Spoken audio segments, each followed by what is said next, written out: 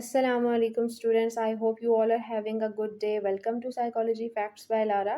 So students, you all know we are discussing Alfred Adler individual psychology theory, and today we are going to discuss under this topic inferiority feelings, the source of human striving.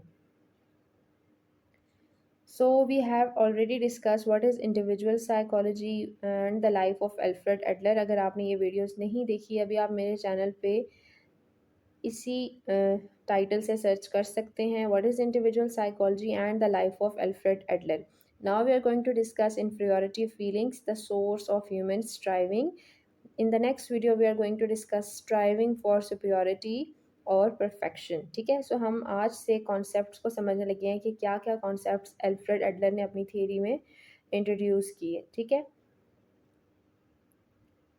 so, inferiority feelings, the source of human striving. According to Alfred Adler, inferiority feelings जो हैं वो universal हैं और ये motivating force होती हैं हमारी life के लिए. ठीक है, inferiority feelings को अल्फ्रेड एडलर ने कहा है कि natural part of human experience और ये इन्फेंसी से ही स्टार्ट हो जाती हैं जब एक बच्चा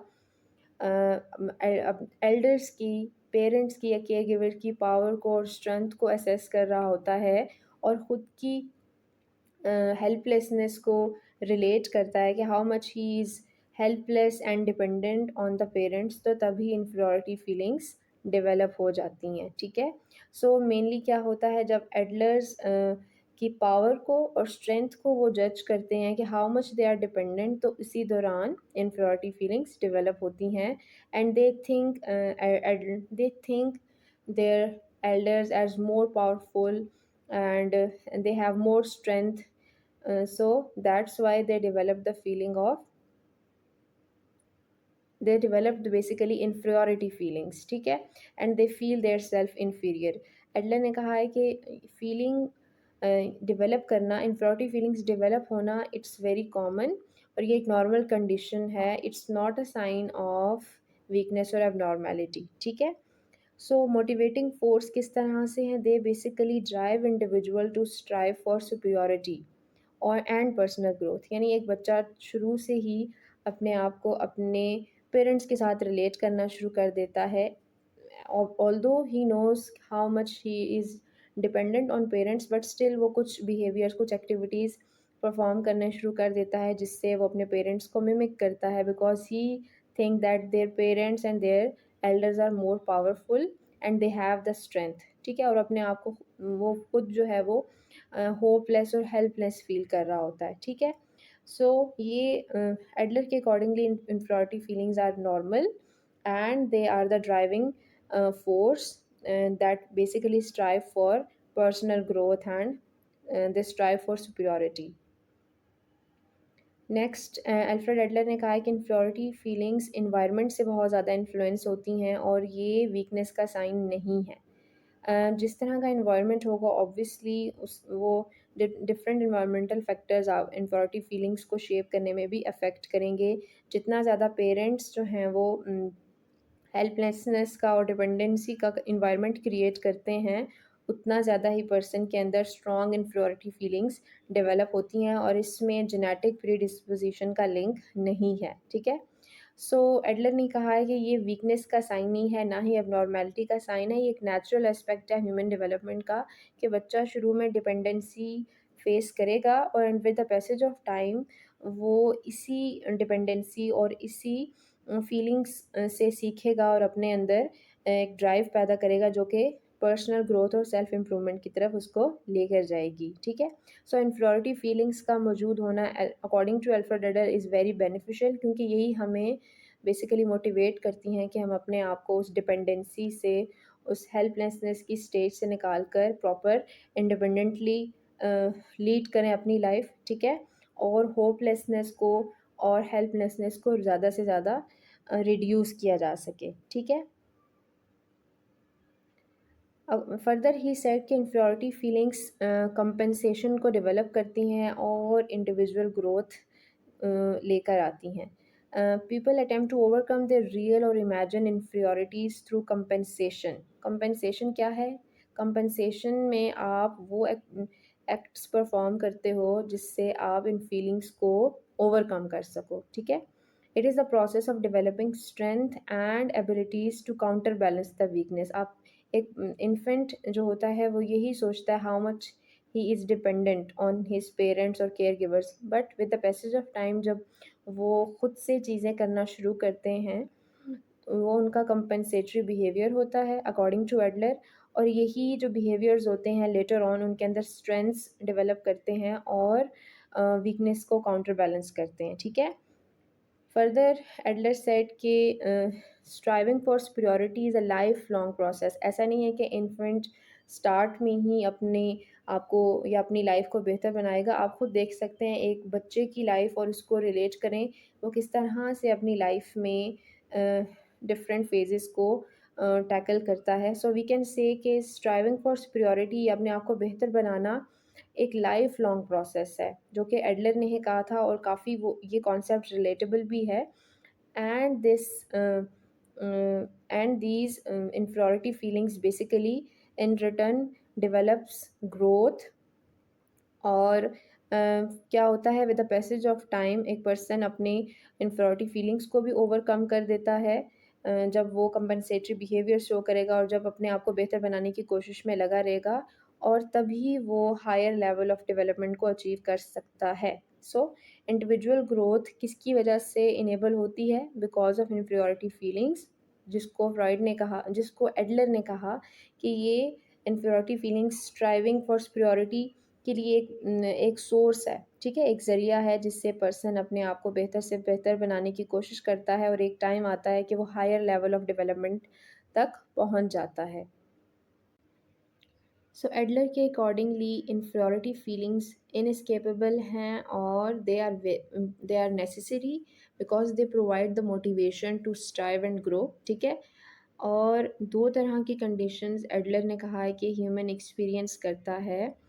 एक इन्फीरियरिटी कॉम्प्लेक्स, दूसरा है सुपीरियरिटी कॉम्प्लेक्स। एडलर के अकॉर्डिंगली इन्फीरियरिटी कॉम्प्लेक्स क्या है? जब एक चाइल्ड अपनी इन्फीरियरिटी फीलिंग्स को ओवरकम नहीं कर सकता प्रॉपरली, वो इन्फीरियरिटी कॉम्प्लेक्स की तरफ चला जाता है। जैसे कि मैंने डिस्कस किया था पहले भी कि पेरेंट्स, केयर गिवर्स अगर टोटली डिपेंडेंसी क्रिएट करते हैं, एक ओवरऑल डिपेंडेंसी का एनवायरनमेंट क्रिएट होगा जिसमें ऑटोनॉमी नहीं होगी, एक चाइल्ड को अलाउ नहीं किया जाएगा कि वो अपने बिहेवियर्स को अपने बेसिकली अपने बिहेवियर शो करे या इंडिपेंडेंटली चीज़ों को टैकल करे, तो वहाँ पर क्या होगा, वो अपनी उस इन्फीरियरिटी फीलिंग्स को ओवरकम नहीं कर सकेगा बिकॉज़ उसको एनवायरनमेंट ऐसा प्रोवाइड नहीं किया गया।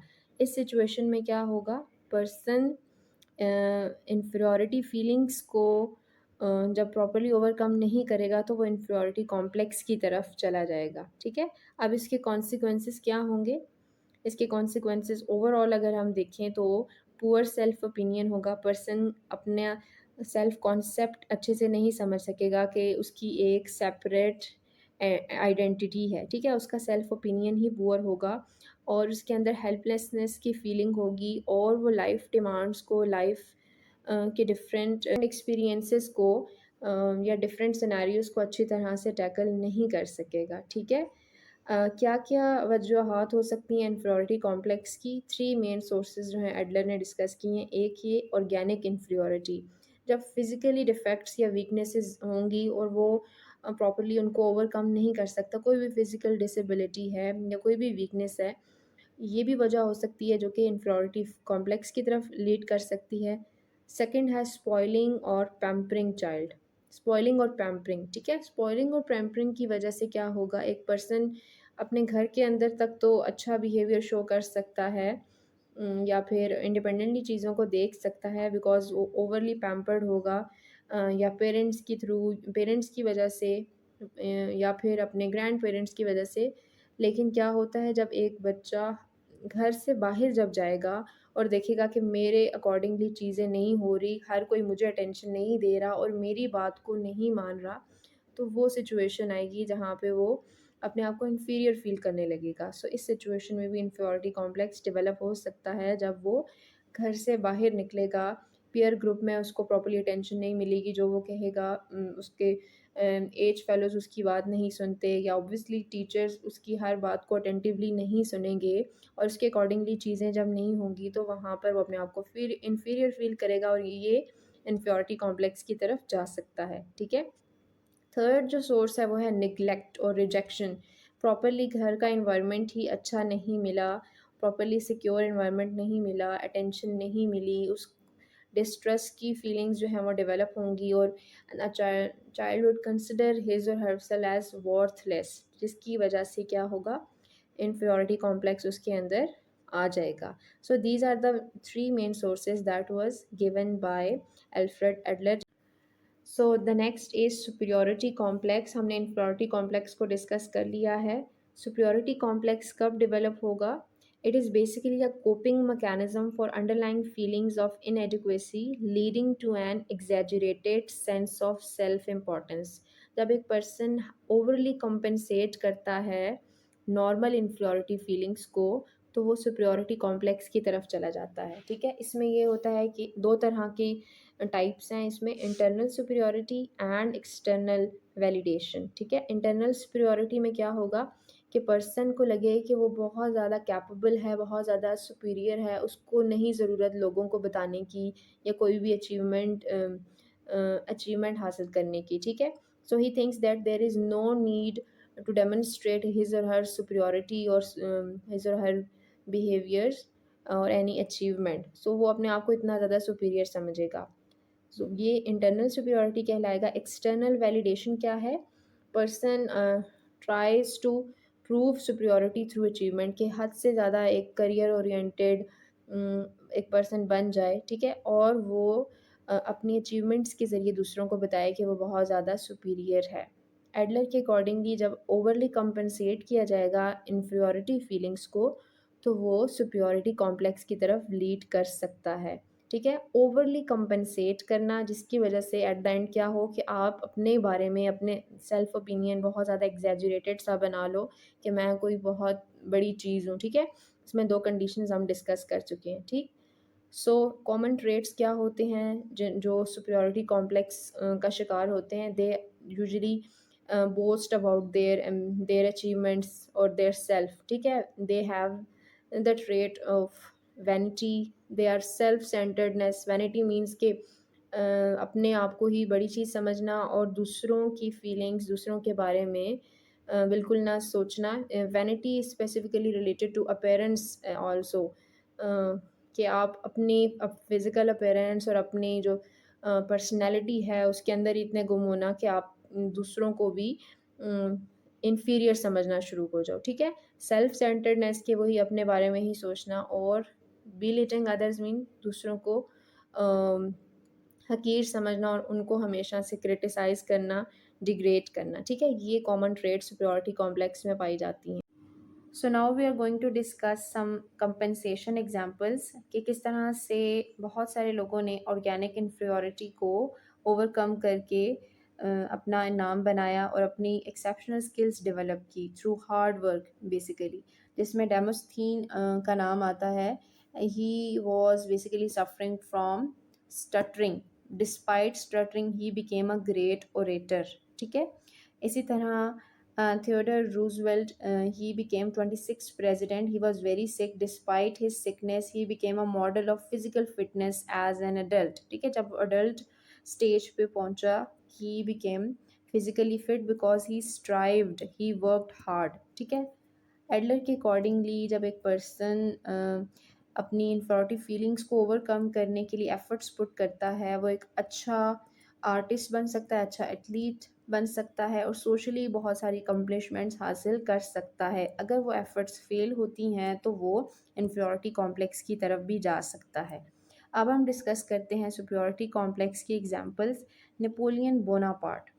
नेपोलियन बोनापार्ट ने बहुत सारी एग्रेसिव एक्सपेंशंस की थी, तो हम कह सकते हैं कि he had the feelings of superiority complex और he developed the superiority complex. अपने आप को सुपीरियर शो करने के लिए डिफरेंट लैंड्स को एक्सपेंड करता रहा to show that he is superior. इसी तरह the great Alexander, he conquested and he focused on empire building that shows that he is superior and he has the power. So हमें real life examples भी मिलती हैं अपने इर्द गिर्द भी, जैसे कि सेलिब्रिटीज़ हैं, डिफरेंट पॉलिटिशियंस हैं, एलीट क्लास हैं, दे यूजुअली शोज सुपरियॉरिटी कॉम्प्लेक्स कि दे आर सुपीरियर। और इसी तरह दे यूजुअली डू कंपैरिजन्स। हम ऑफिस सेटिंग्स में भी बहुत सारे ग्रुप्स ऐसे होते हैं जो कि समटाइम्स अपने आप को सुपीरियर समझ रहे होते हैं, और whenever any new candidate arrives तो उसको वो बहुत ज़्यादा फील भी कराते हैं। सो सुपरियॉरिटी कॉम्प्लेक्स